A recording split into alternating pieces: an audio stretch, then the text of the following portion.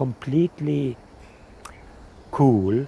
They become satisfied with little, and normally then they go their own way, living alone, going to a cave, a small kuti, somewhere else. That was definitely also Ñāṇavīra Thera's path, yeah.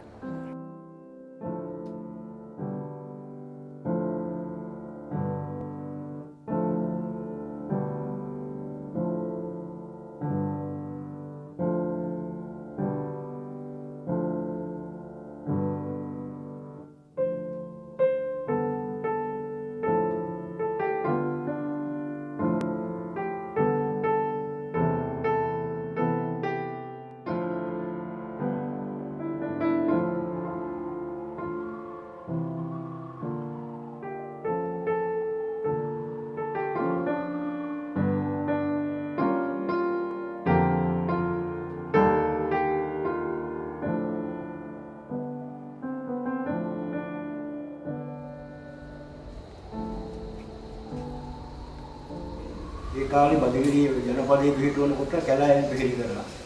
පිළිපෙහෙලි කරනකොට ඒ ප්‍රදේශයේ වාසය කරන්න බැරි කම නිසා හාමුදුරුවෝ තෝරගත්ත එදා හුඟක් ඝන කැලෑවක් වගේ මේ ප්‍රදේශය අද වගේ මේ පිහිලි වෙලා නැහැ. බොහොම කැලෑබදු ප්‍රදේශයක්. මේ ගම්මානේ විතරයි සෙනග හිටියේ. අවට ගම් තිබුණේ නැහැ.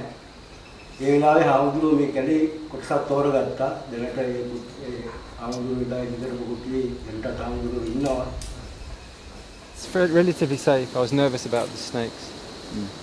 One monk was killed here by a snake. Heavy duty poisonous ones are here. Russell bite, they do ones that they're one bite job. And they come out at night. There's a river there with frogs and it's just ideal for them. So.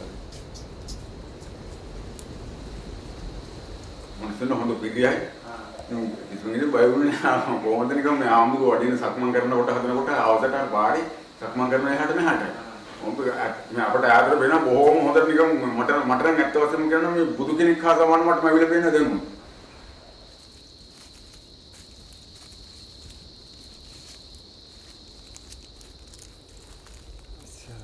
Envy, Ñāṇavīra.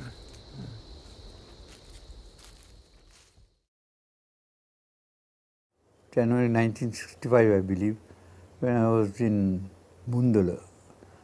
The deep jungle, thick jungle there, and I was tramping in the jungle searching for wild boar. And I went to the village there. And the villagers told me that there was a white man who was a monk there. I was surprised as a journalist, and I thought I was going to see him to do a story later. I came back to him when Robin Mom, who was Somerset Maugham's nephew, who was a travel writer, novelist, he came to Sri Lanka, so on then.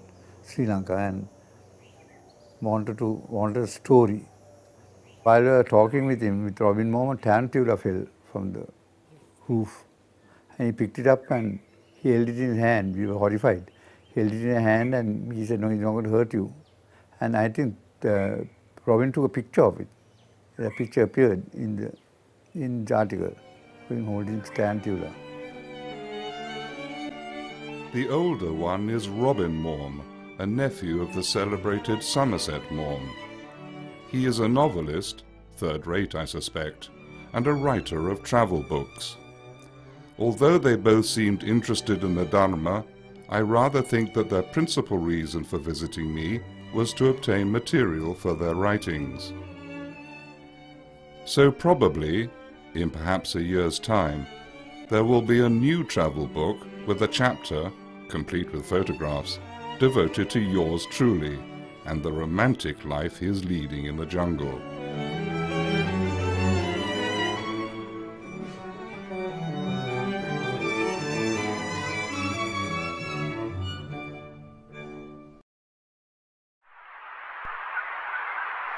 Excuse me.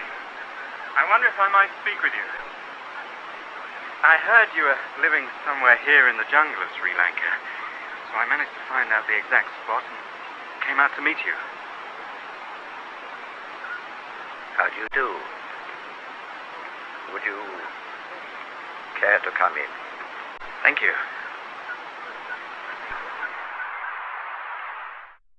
What was amazing was this white man, Englishman, and if you knew his background, how he came there, and what made him, that is more important, I think.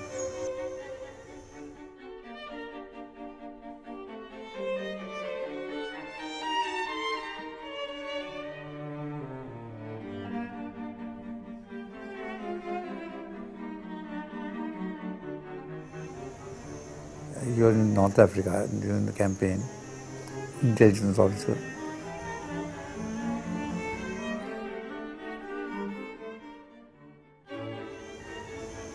And yeah, after his discharge, he didn't need a job. In London with another friend of his whom he had met in the army. And they were sort of buying women and good times they were having, and on his annuity he didn't have to work ever. Both of them had met somewhere in London in a pub, and then they discussed their past. They were really dissatisfied, discontented with the life they were leading. Our past loves can be absolutely dead, even when we meet the loved one again. And so with aesthetic enjoyment. The transcendental sense of Mozart's G minor quintet, the late Beethoven, Bartók's quartets, so evident to me before I joined the army. Where was it when I got back home after the war?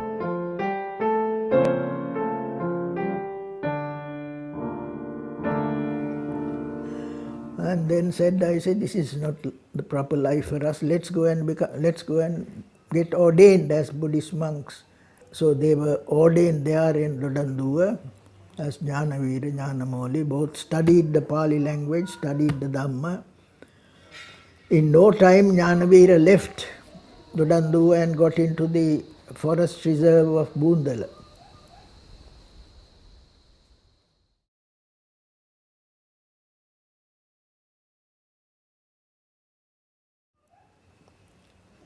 What is important is not his biography, not what he did, but what he wrote, his interpretation of the Dhamma.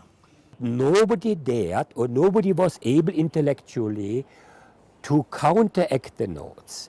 They criticized it because it was not traditional. It was creative, unusual, not completely against the traditions, you see. Because whatever we read and whatever we heard in the Dhamma was traditional as given in the texts and interpreted by Buddhaghosa in his commentaries. Very, very important is, I think, his exposition of dependent co-origination, Paticcasamuppada. The traditional understanding of Paticcasamuppada was that it connects this birth, past birth and the future birth. Now, I think Venerable Ñāṇavīra's explanations were very helpful in understanding that Paticcasamuppada is the explanation of what is happening at this very moment in us. So it was normally a Buddhist monk does not deviate from the traditional teaching. He writes a lot about various readings that he did in literature. And he sees the Dhamma in that literature, whatever Ulysses or whatever he reads, he sees the Dhamma. He had a very analytic mind. He's supposed to have been a very expert in mathematics in the Cambridge University. However much we appreciate Venerable Ñāṇavīra and his intellectual capacities, a kind of meditative monk like Venerable Ñāṇavimala, he just put it aside. And he may have a look at it, but at once he took them apart. He said, this is not a necessity. You read the Buddha word. Buddha Vachana you get in the suttas.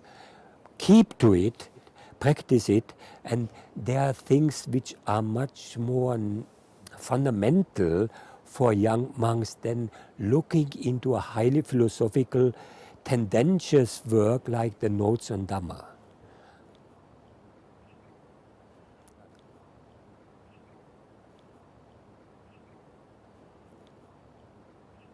Venerable Ñāṇavīra saw that for him and for a good number of Westerners it would be the right path to go through the existentialist. In his letters he is full of praise to certain Western philosophers, Bradley, Sartre, Camus, and so on, because they saw the problem of suffering. He always says that he saw the problem of suffering, but they were not in a position to see the ground, the foundation of that suffering. The reader is presumed to be subjectively engaged with an anxious problem, the problem of his existence, which is also the problem of his suffering. Only in a vertical view, straight down into the abyss of his own personal existence, is a man capable of apprehending the perilous insecurity of his situation. And only a man who does apprehend this is prepared to listen to the Buddha's teaching.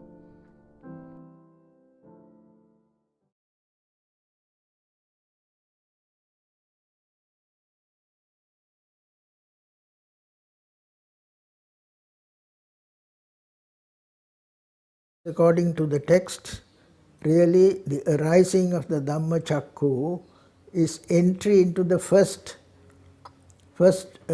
stage of the stream, Sotapanna. That is the first path of the realization, first part of the enlightenment, you see. He completely was giving up any kind of establishing a foothold on experience, eternal structures anywhere, whether material or mental, are not to be had anywhere, because it will, one day or other, it will break down. The whole structure will go.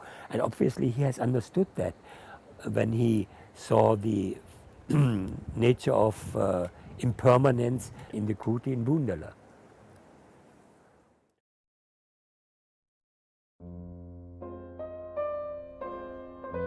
Dear Bhante, you know, of course, that since my early amoebiasis, my guts have continued to give me trouble. I was able to make some progress in spite of it, but in 1960 and 1962, I had fresh infections and my condition deteriorated. It attacks your guts. They called it amoebiasis because nothing is retained. But in Indian he says it is not amoebiasis, it was a cancer of the guts. The body was completely troubling him most of the day. And you could see it from the face also, you know, that he was in a suffering condition. Tired out, yeah, worn out. In June 1962, then, I found myself once more with live amoebiasis, blood and mucus and the rest, and so I wrote to Dr. De Silva, who kindly sent me a box of pills to take. After 2 or 3 days, I began experiencing a violent erotic stimulation, as if I had taken a very strong aphrodisiac. And then later, of course, there came the other problem in, you know, with the psoriasis, too much medicines. I saw some of these bottles he had left in one kuti in the island hermitage. It's just, you can, amount of bottles, you know, from Western medicines, very strong medicines, you know, from Switzerland and all that. I mean, he must have suffered a lot. This erotic stimulation can be overcome by successful samatha practice, but my chronic amoebiasis makes this particularly difficult for me. So for me it is simply a question of how long I can stand the strain. That's why he went into the notes, you know, in that intellectual faculties he had. There he found his solace, there he found his energy, there he found his faculties that gave him actually vitality. The Dhamma, and thinking on the Dhamma and writing it down, that brought him up again. Otherwise he would probably have withered away much before. In the first place, there is, for obvious reasons, a frequent and pressing invitation to disrobe. But I did not seek this nervous disorder, and I do not, in my calmer moments, see why it should be allowed to have its own way. In the second place, at the other extreme, there is suicide. Though I do not say this is good, I will say that, under the circumstances, and in the long run, it is better than disrobing. I am oscillating between two poles, wife or knife, as one might say.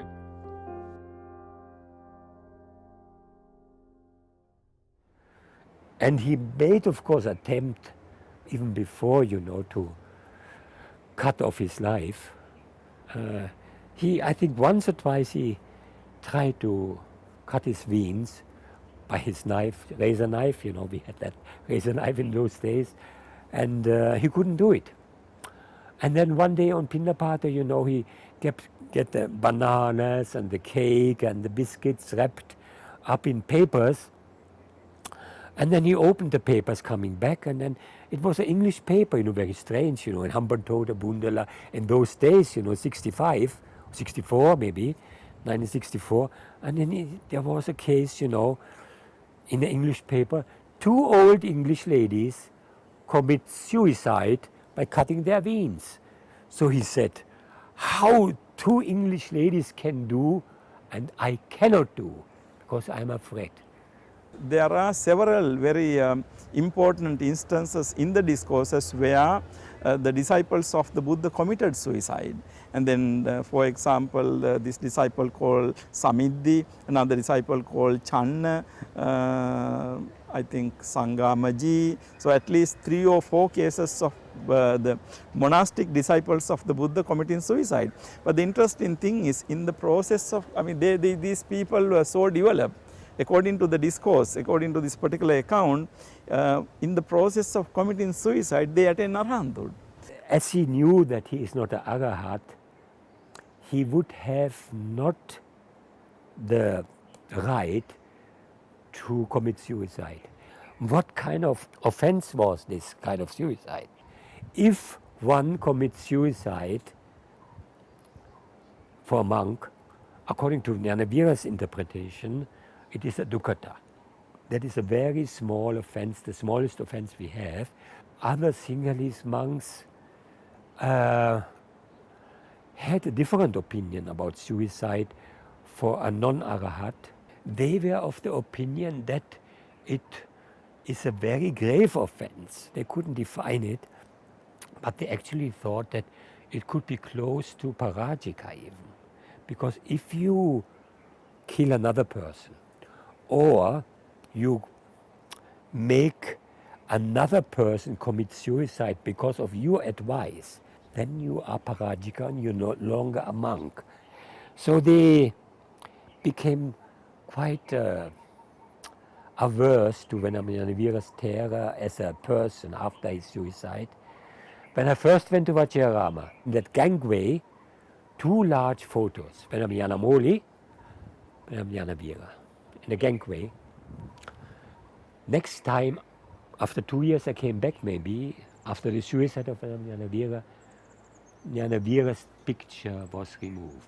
So obviously it was the chief monks there, all they came together and discussed the matter and they removed him because they wanted to show that we are not in agreement with any kind of suicide, whether it is under conditions of sickness or conditions of despair, mental despair.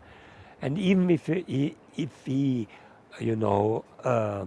was a Sotapanna, they would say that even a Sotapanna would be very careful to take his life because he knew anyway it is an offense, however small it was. So he fell into a kind of disgrace with one of the learned sanghas in Colombo. මමත් දැක්ක දොරේ පොඩි තුවායක් වගේ එකක් තියලා පද කරලා වහලා තියෙන එක. ඉතින් අපි එහෙම දොර අරින්නේ නැහැ කවදාවත්. දොර වහලා තිබ්බට කුටියේ දොර අරින්නේ නැහැ. මේගොල්ලන් පොඩ්ඩක් අර දොර වහලා තියෙන විදිහට නිකන් සැකයක් නැතිලා දොරට පොඩ්ඩක් අත තියලා මේක කරනකොටම දොර ඇරිලා තියෙනවා. දොර ඇරෙනකොට ඒගොල්ලෝ දැක්කම හාමුදුරුවෝ අපවත් වෙලා ගියේ. ඥානවීර හාමුදුරුවෝ මෙහි වැඩ ඉන්න කායකවානුවේ අපේ ගමට ලොකු මේ එළියක් තිබුණා වගේ.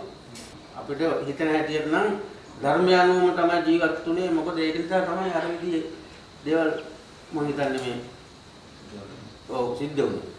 මොකද අලි හිටියා සතුන් හැම සතෙක්ම විසකුරු සතුන් හැම සතෙක්ම හිටියනේ. නමුත් ඒ හාමුදුරුවෝ කිසිම මේ කරදරයක් වුණේ නැහැ.